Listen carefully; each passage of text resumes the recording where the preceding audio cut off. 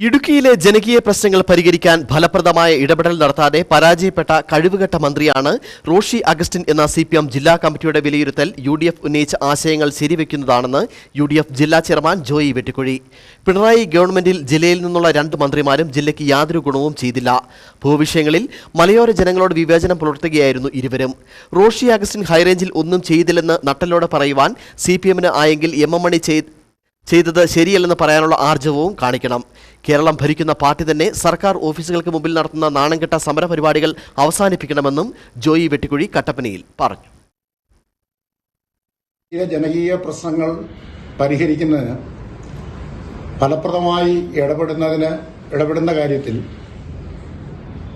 പരാജയപ്പെട്ട കഴിവുകെട്ട ഒരു മന്ത്രിയാണ് റോഷി അഗസ്റ്റിൻ എന്ന് CPMന്റെ ജില്ലാ കമ്മിറ്റിയുടെ വിലയിരുത്തൽ.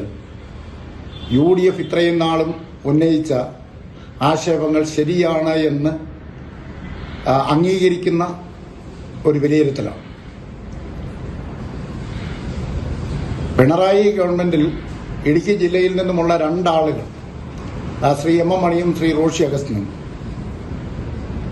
മന്ത്രിമാരായി വന്നു എങ്കിലും ഈ ജില്ലയ്ക്ക് യാതൊരു ഗുണവും ചെയ്യാനായിട്ട് അവരെ കൊണ്ട് കഴിഞ്ഞില്ല.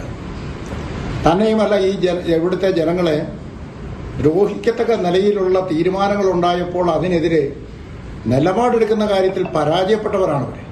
ഗവൺമെന്റ് ഇടുക്കിയിൽ മാത്രം ഈ കെട്ടിട നിർമ്മാണ നിരോധനം നിലനിർത്തിയപ്പോൾ ഇത് ഇടുക്കിക്കാരോട് കാണിക്കുന്ന അനീതിയാണ് എന്ന് പറയുവാനുള്ള ചങ്കൂറ്റം അന്നത്തെ മന്ത്രിയായിരുന്ന ശ്രീ MM മണി കാണിക്കേണ്ടതായിരുന്നു.